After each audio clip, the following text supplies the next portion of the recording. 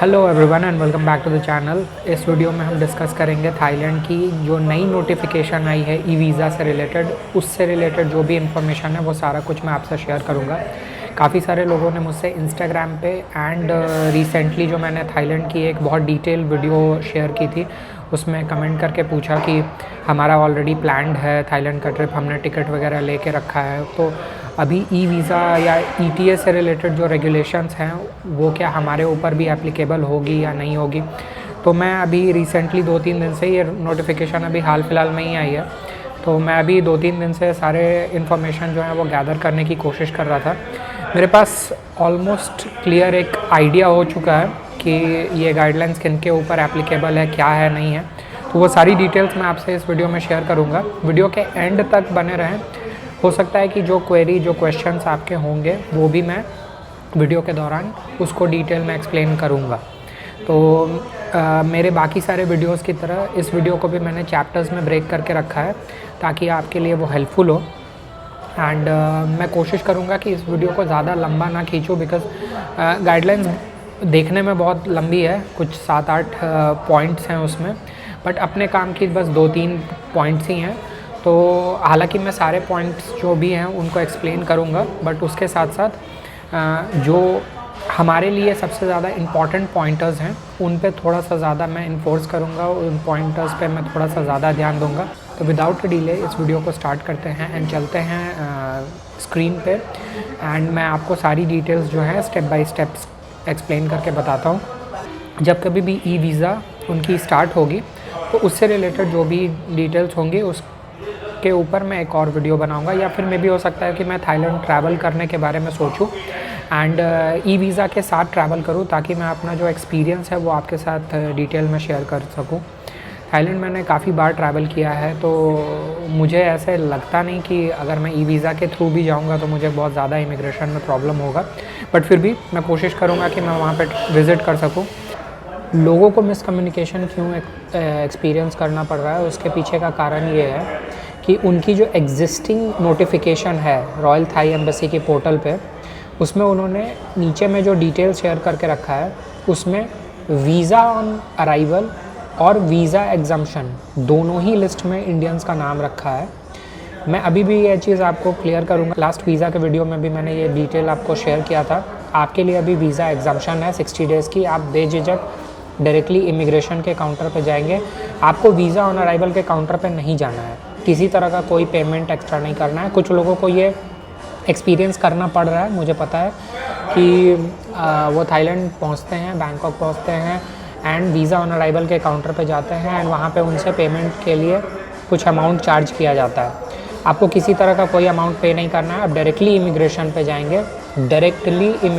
जाएंगे, आपका स्टैंप लगेगा, वैलिडिटी रहेगी and you are good to go. अब हम जाते हैं जो रॉयल थाई एम्बेसी इंडिया में न्यू दिल्ली में चाणक्यपुरी में है उनके नोटिफिकेशन पे, उनके अनाउंसमेंट पेज पे। उनके अनाउंसमेंट पेज पे अगर आप नोटिस करेंगे तो उन्होंने लिखा है 1 जनवरी 2025 से ई वीज़ा सिस्टम जो है वो एप्लीकेबल होगा। अब मैं आपको ये चीज़ बता दूँ कि थाईलैंड काफ़ी टाइम से, ये मैंने अपने प्रीवियस वीडियो में भी बताया था कि थाईलैंड काफ़ी टाइम से ई वीज़ा या ETA इशू करने के बारे में सोच रहा है, और ये केवल इंडियंस के लिए नहीं है, काफ़ी सारे देशों के लिए वो स्टार्ट करने में लगा हुआ है। इसके पीछे का कारण मे बी ये हो सकता है, जो मुझे ऐसा लगता है कि अभी जब मैं लास्ट थाईलैंड विज़िट कर रहा था तो मैंने नोटिस किया कि बैंकॉक में जिस तरीके से सिंगापुर में अब अपना ऑटोमेटेड इमिग्रेशन होता है, बिल्कुल उसी तरीके से थाईलैंड में भी अब ऑटोमेटेड इमिग्रेशन के प्रोसेस को वो अडेप्ट कर रहा है। तो मे बी हो सकता है कि इस प्रोसेस को स्ट्रीमलाइन करने के लिए वो ये इनिशिएटिव स्टार्ट कर रहे हो। मुझे एग्जैक्टली आइडिया नहीं है, बट ये मेरा एक प्रिजम्पशन है। सेकेंड जो पॉइंट है वो है कि नॉन थाई नेशनल्स के लिए थाई ई वीज़ा जो है वो एक पोर्टल का लिंक दिया है उन्होंने। मैं उस पोर्टल का लिंक नीचे डिस्क्रिप्शन में मेंशन कर दूंगा, वहाँ से वो अप्लाई कर सकते हैं। ये वो इन पर्सन कर सकते हैं, यानी अपना एप्लीकेशन खुद से अप्लाई कर सकते हैं या किसी रिप्रेजेंटेटिव के थ्रू भी अप्लाई कर सकते हैं। अभी उन्होंने बोला है कि पेमेंट ऑप्शंस जो हैं वो ऑफलाइन अवेलेबल हैं एंड पेमेंट फ़ीस जो है वो नॉन रिफंडेबल है। मे बी हो सकता है कि अभी उनका जो थाई ई वीज़ा का जो पोर्टल है वो अपग्रेडेशन के फेज़ से चल रहा है, तो आने वाले टाइम में वो किसी पेमेंट गेटवे को ऐड करेंगे एंड उस पेमेंट गेटवे के थ्रू आप अपने डेबिट कार्ड या क्रेडिट कार्ड के थ्रू पेमेंट कर पाएंगे। प्रोसेसिंग टाइम उन्होंने मेंशन किया है 14 दिनों का। आइडियली 14 दिन नहीं लगनी चाहिए, बट ये उन्होंने एक मैक्सिमम टाइमलाइन दिया है। यूजुअली ई वीज़ाज़ या ETS जो इशू होती हैं वो 2 से 3 दिनों के अंदर आपके पास आ जाती हैं, या तो उनके पोर्टल पे और नहीं तो आपके ईमेल एड्रेस पे। नेक्स्ट है डेडलाइन जो है, जो रेगुलर अभी ई वीज़ा की एप्लीकेशंस ऑलरेडी आ रखी हैं सिस्टम में, तो उससे रिलेटेड इन्फॉर्मेशन उन्होंने बताया कि ऑर्डिनरी जो पासपोर्ट होल्डर्स हैं उनके एप्लीकेशंस को एक्सेप्ट किया जाएगा, जो कि 16 दिसंबर तक आएगी। उसके बाद के एप्लीकेशंस को इंटरटेन नहीं किया जाएगा।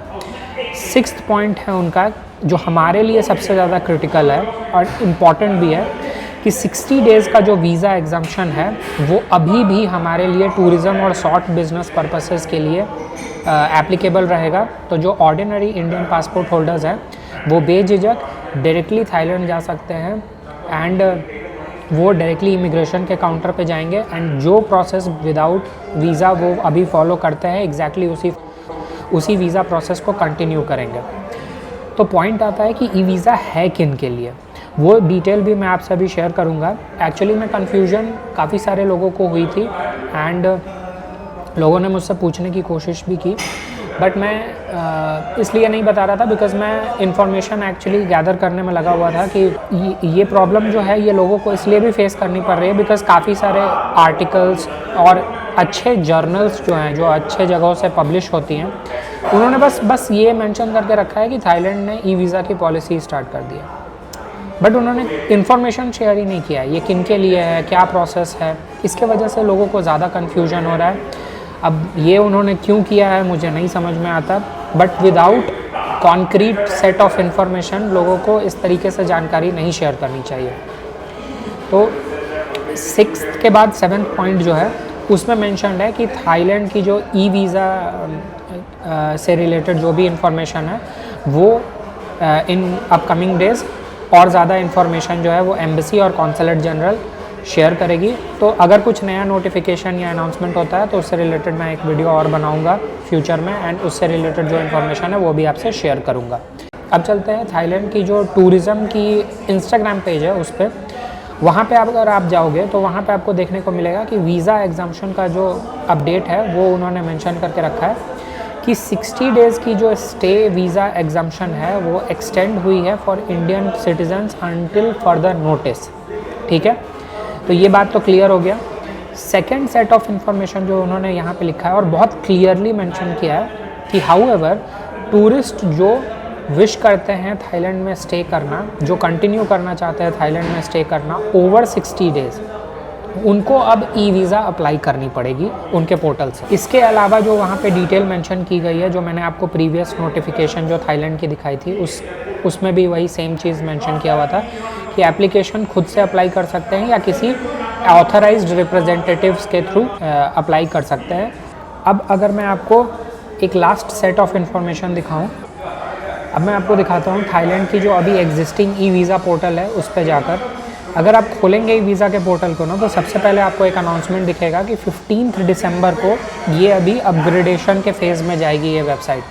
तो इसलिए मैं अभी वीज़ा इशू करते हुए जो प्रोसेस होंगी वो अभी मैं आपको नहीं दिखाऊंगा बिकॉज़ ये हो सकता है कि इन सर्टेन टाइम पीरियड ये चेंजेस आए इसके अंदर, एंड मैं आपको गलत इन्फॉर्मेशन शेयर नहीं करना चाहता।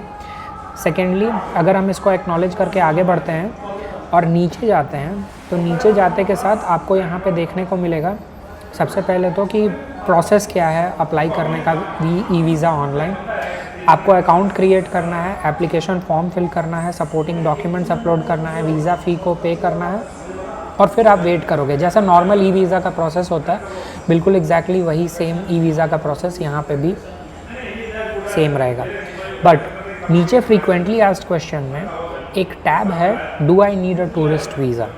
अगर आप उस टैब में अपनी कंट्री को सेलेक्ट करोगे एंड उसके बाद अपने करंट लोकेशन को सेलेक्ट करोगे एंड उसके बाद नंबर ऑफ़ डेज़ सेलेक्ट करोगे, सपोज़ 60 डेज़ या 60 डेज़ से कम आप कुछ भी सेलेक्ट करोगे, तो आप नोटिस करोगे यहाँ पे नीचे आ रहा होगा कि हमें वीज़ा नहीं ज़रूरत है, हमारे लिए वीज़ा एग्जम्पशन है। But at the very same time आप 60 से एक दिन ज़्यादा बढ़ाओगे और वो शो करेगा कि आपको वीज़ा चाहिए।